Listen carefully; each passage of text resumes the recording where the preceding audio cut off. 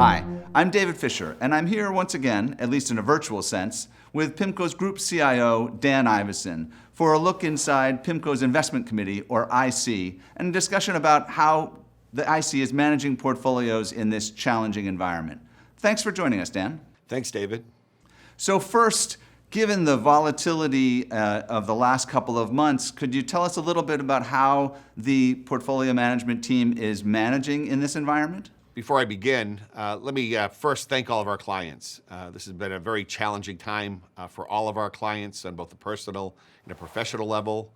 We're thinking about them, and we're working very hard on their behalf. But it has been a challenging time. Well, first and foremost, what we try to do here at PIMCO is to apply lessons learned from prior crisis environments. As you know, a lot of us at PIMCO here in leadership roles have been at the firm now for well over a couple of decades. We tried to go back and use tools within the toolkit to navigate these periods, first by playing good defense, but also positioning ourselves to go on offense when we get paid to do so. We're also in a position to be liquidity providers for others that desperately need it. And that continues to be the mindset. We continue to be very, very patient with a healthy degree of humility around the extreme economic and market uncertainty that we're going to continue to face.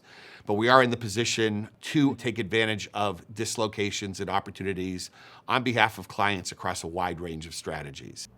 So let's talk a little bit more about markets. We did see a broad sell-off across global markets in March, and fixed income was certainly part of that. We've seen a little bit of a recovery, but could you talk a little bit about what's going on within fixed income markets specifically? Sure, and I think it's important to, again, emphasize the unique aspects of this particular crisis environment. We saw a situation several weeks ago where there was a significant economic shock, a shock to people's work environments, and you had a situation where the highest quality segments of the market began to break down in terms of their overall functioning. And in fact, we noticed early on, during the crisis days, that the most dislocated sectors were areas that should be liquid and well insulated from credit loss, namely things like U.S. Treasury bonds and agency guaranteed mortgage-backed securities. In response to that extreme volatility, we have seen policymakers step in and provide tremendous liquidity support. And in the process, we've begun to see some gradual stabilization in the higher quality areas that I just talked about. So today, in terms of PIMCO assessing opportunities, we're increasingly comfortable with higher quality risk that should be and is in many cases AAA from the perspective of risk of permanent capital impairment, and then sectors like agency mortgages, despite a considerable recovery over the last few weeks, look attractive. So let's talk a little bit more about the policy response, in particular the purchases that the Fed and other central banks have been making. One of the unique aspects of the response this time is that the Fed purchases extend even into certain parts of the high yield market. So I'm curious to hear whether that affects the IC's view of the opportunities within that sector of the market. Does it change our view on credit? Sure. So there's been a massive policy response, both from the Federal Reserve, the U.S. Treasury, and other policymakers around the globe. Extraordinary levels of support in a historical context.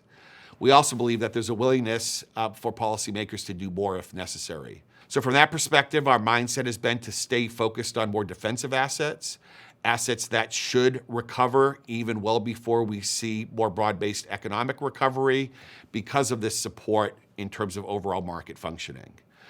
We are more cautious in the higher yielding segments of the market or the segments of the market that represent more significant credit risk. Although you're absolutely right that the Fed and other central banks have exhibited a greater willingness to come in and support areas like the investment grade corporate market or even small segments of the high yield market. Those programs are not, however, up and running yet. We don't fully understand at this stage the central bank's intent. The focus very well may be on ensuring basic market functioning as opposed to aggressive purchases, looking to drive spreads to very, very tight levels relative to their underlying credit risk. So I would categorize us as being much more aggressive in the higher quality segments of the market where we expect more significant normalization in the coming weeks and months. Much more cautious in areas where policymakers at best can provide indirect support, perhaps supporting liquidity, but not significantly reducing the risk of permanent capital impairment or default or downgrades leading to further stress under more negative economic scenarios. So just digging a little bit deeper into your views on credit, could you be more specific on where within that sort of high yield spectrum you think there might be some opportunities and where you think maybe we want to avoid those sectors? Sure. So, after seeing a pretty significant recovery off the lows within the high yield corporate space and even the senior secured bank loan space, we're less aggressive in those areas. A lot of the legacy instruments that were issued prior to this period contained weak covenants, had weak underlying fundamentals, and if we were to witness an economy that's much weaker than even PIMCO's base case, those areas of the market can continue to perform or can perform quite poorly. I think it's important, though, to contrast what we're seeing in the new issue market. Within the new issue market today, the dynamic has changed significantly. This is a lender's market where, in order for weaker names to come to market, investors are able to obtain terms that you haven't seen in many, many years in terms of security packages, bond covenants, or attractive yields, including these types of traditional investor protections. So again, for new capital, for patient capital, the new issue market is looking increasingly attractive, and PIMCO has become much more involved in that space, at least on a targeted basis, as we see these attractive transactions come to market. So let's talk about mortgage-backed securities. This has been an area of conviction at PIMCO for some time. So how is the IC thinking of the impact of the crisis on the housing and mortgage markets, and will that affect PIMCO's conviction? Sure. So let me just start with fundamentals. There will clearly be some cash flow disruption in segments of the mortgage markets. That would only be appropriate given the shock that borrowers are facing all around the country, or in fact, even all around the globe. However, going into this crisis period, housing fundamentals in the United States and in many other regions of the world were the strongest that they have been, in some cases, in a couple of decades. Very conservative lending coming out of the last crisis that occurred, well over a decade ago. A steady period of rising home prices and therefore very high levels of borrower equity, and a tremendous degree of conservatism in terms of underwriting standards across this space. So that as a backdrop makes us continue to believe that these sectors are going to be quite resilient from the standpoint of ongoing performance and avoidance of significant capital impairment. Also, I think it's important to note that some of the more recent volatility that we've seen within the mortgage space is not related to concerns around the economy, but rather has been the result of some deleveraging activity that has occurred in certain leveraged segments of the market. So there's been a lot of recent forced selling out of the REIT community, out of certain segments of the more levered hedge fund community.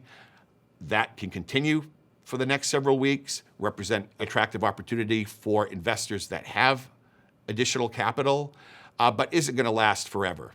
We think that this is going to be a brief period of significant opportunity to acquire assets from forced sellers. So lastly, let's talk about interest rates. I think the level of interest rates is a top concern for many fixed income investors. Our colleague Joachim Fels has talked about the concept of the new neutral 2.0, or a period of extended, very low rates. So how is the IC thinking about this interest rate environment? And in particular, what are the return prospects for fixed income, and what is the role of fixed income in an investor's portfolio right now? Sure. So, we do believe that at least over the short to intermediate term, inflation will be held in check, and interest rates, although they're quite low, will remain relatively range-bound. From that perspective, we're not concerned about a massive or significant sell-off in rates anytime soon. With that said, during this period of economic weakness, as we talked about earlier, we've seen significant policy accommodation. And that's going to manifest itself in significant deficits for many, many years to come. So I'd categorize our short-term views on interest rates as being somewhat neutral, respectful of what could be a volatile environment, but over the long run, a bit more caution. Now, in terms of the question around fixed income, what role it could play in a portfolio, I think it's important to first note that although the highest quality areas of global bond markets are at very, very low yields or even negative yields. We've seen massive volatility over the course of the last several weeks that have created very attractive opportunities across the broad global fixed income opportunity set.